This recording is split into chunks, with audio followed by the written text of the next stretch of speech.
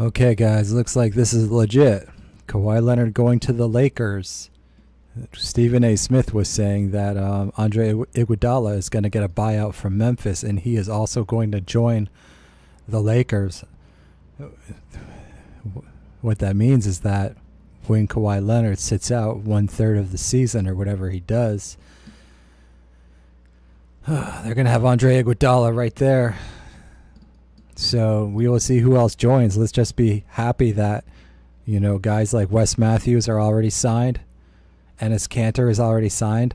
Luckily, it's happened so late in the process that most other talented players are signed. Now, I may very well have been very naive to say I wasn't worried about the Lakers because of the lack of depth. I may even be naive to assume that this is what's really going on. But this is the guy who said that Al Horford was going to the 76ers within about 15 minutes of Steve Bulpett announcing that Al Horford is not coming back to Boston.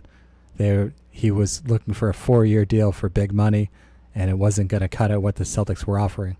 This was like a week ago, And so let's see what the Lakers fans are saying. Yeah, they trust him. They believe him. He's right all the time. He also reported the Clippers were called by Kawhi and told thank you very much, but we're not going to sign with you, which meant it was down to two teams, the Lakers and the Raptors. We know that Kawhi would not have been going through all of this if he really intended to sign with the Raptors in the first place.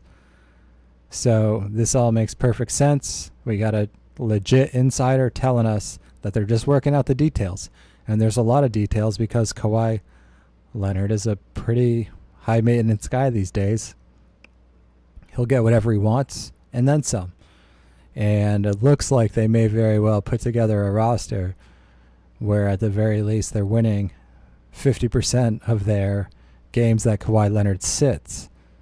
And if he's only sitting about 1/3 of those games, and they're winning a hefty amount of the 2/3 of the games that he's playing, we're looking at a 55. We're looking at a 55-win team right here, guys. We will see how the chemistry works.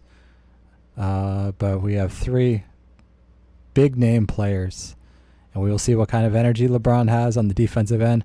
Again, I'm not really too worried about it. This doesn't strike me as nearly as dangerous as when Kevin Durant went to the Warriors and we all knew it was all over before it started, okay?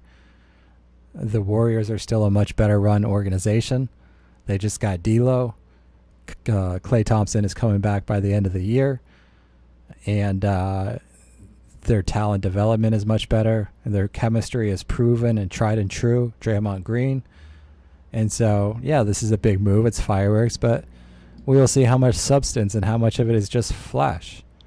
And LeBron James, he hasn't lifted a finger since he beat the Celtics in Game 7 of the Eastern Conference Finals 2 seasons ago. So just as Kyrie Irving has been riding his 2016 big shot in the finals, LeBron James, what have you done for me lately? His resume is getting a little stale. His body's getting a little stiff.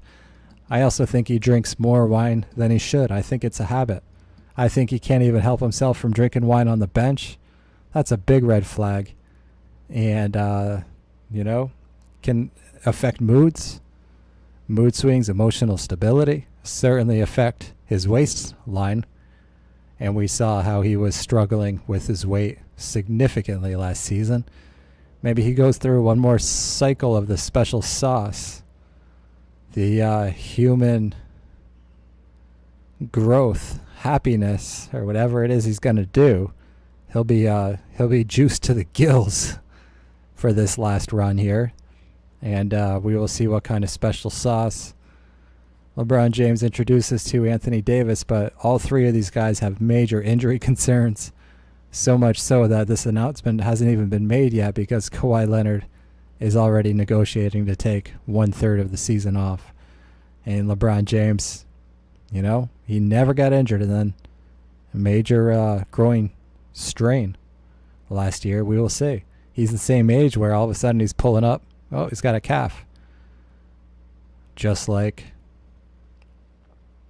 Kevin Durant, right? So anyway, guys, we will see how this all goes, but The real thing to worry about is the depth. Are they going to get a lot of high-quality players? And who else is left right now? I don't want to doubt them too much because a lot of people are going to want to, we still have everybody who was on the Lakers last year without a team. Guys like Rondo, guys like, what's-his-face, JaVale McGee, Tyson Chandler. I don't think he has a team. Anyway, we will see how this shapes up, but if they can put together a real roster of 15 NBA players or even 12, they're certainly going to push Kyrie Irving and the Brooklyn Nets. Just kidding. They're going to push the Raptors. The Raptors are still going to be just about as good, guys, I'm telling you. Kawhi Leonard imparted all the wisdom and example setting that he was going to do. And so they ultimately don't need him nearly as much as they did last year. So the trade for the Raptors will still pay off in the form of the lessons learned and the composure taught by Kawhi Leonard to those champion Toronto Raptors. So this would be a great matchup. Lakers versus Raptors, even in the regular season, everybody's going to be watching that. Two super teams, one without their star player. No hard feelings, but let's see what you got, Kawhi. Let's see what you're missing out on in Toronto, right? And you also got the Bucks, very good super team.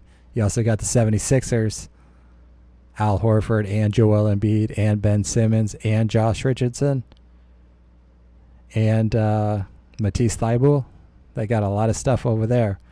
All right, guys, let me know what you think about all this. We'll see if it actually follows through, but if so, that's my initial reaction. See you soon. Peace.